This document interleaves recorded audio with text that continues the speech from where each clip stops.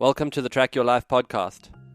My name is Boyd Varty, and this show is an invitation to journey with me back to the wild on the path of the story hunter. In part 3 of Story Hunter, we go back to the wildest parts of the Kalahari to run once again with the Bushmen people. This show is a journey for a story hunter and an invitation to follow the call of the wild.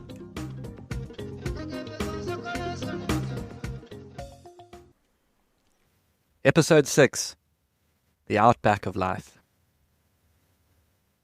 I reflect a lot on why we are here in Botswana in the wake of the hunt. Learning about this old culture, what remains of it, how it has been broken. My mind goes to Mahlolo, one of the hunters in full traditional garb, except for a 2-pack shirt.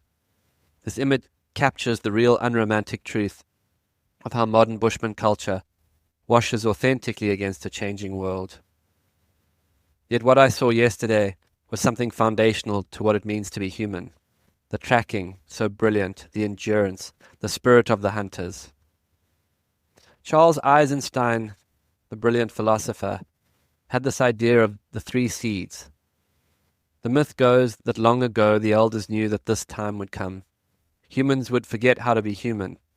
We would be disconnected from our food, from nature, from ourselves, from the earth.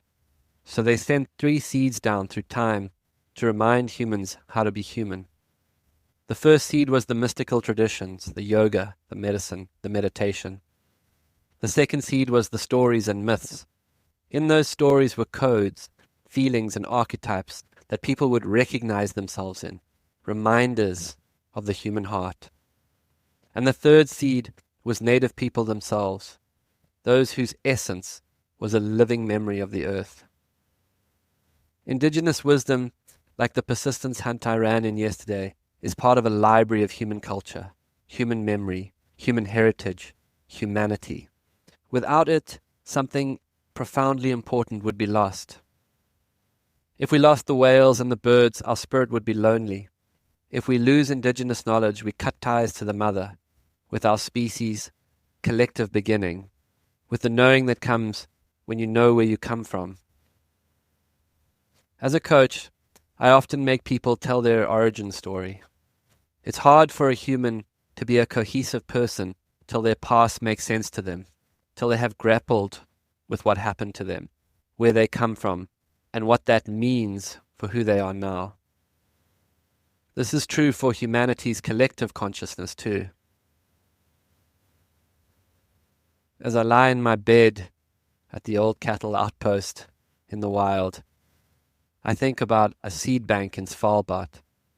Seeds of plants from all over the world are in that bank.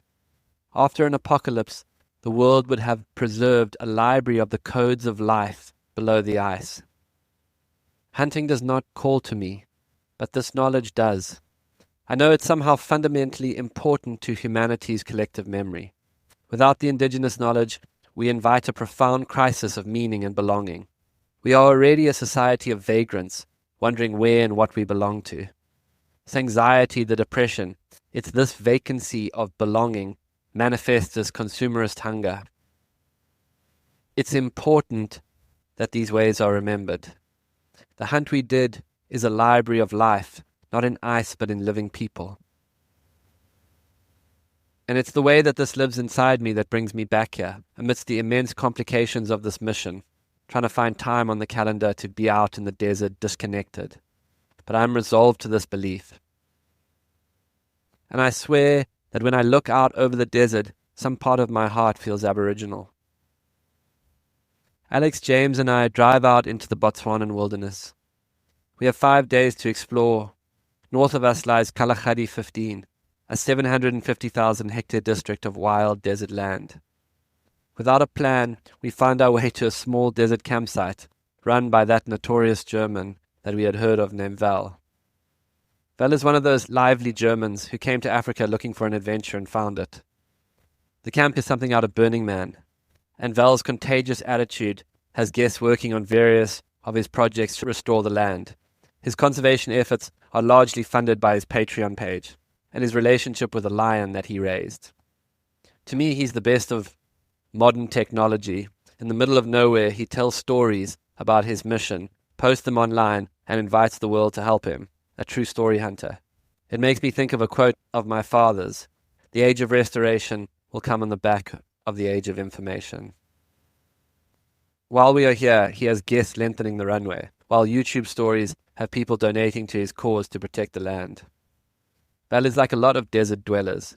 It's hard to say how he is surviving, but he is resiliently building his dream and doing good conservation in the area. He's a character, making his dreams come true. Our tents turn to saunas in the late afternoon heat. One cannot drink enough to stay hydrated out here, but I love the heat and the dry. I love how birds coalesce around a leaking pipe. Water is gold here. I love how in parts of the Kalahari, GPSs stop working. The desert is full of small Bermuda triangles. I love being on a journey where all I know is tomorrow we will drive into the wild in search of lion tracks. I don't know where we're going. I don't know where we will sleep, and I don't care. I'm content, wild as a desert gemsbok. Thanks for listening to another episode of the Track Your Life podcast with Boyd. To begin your own story hunting journey, sign up to the online course on Boyd's website, or just find him on Instagram, X, or your favorite podcast player. Please rate and review this podcast so that more people can find and enjoy it.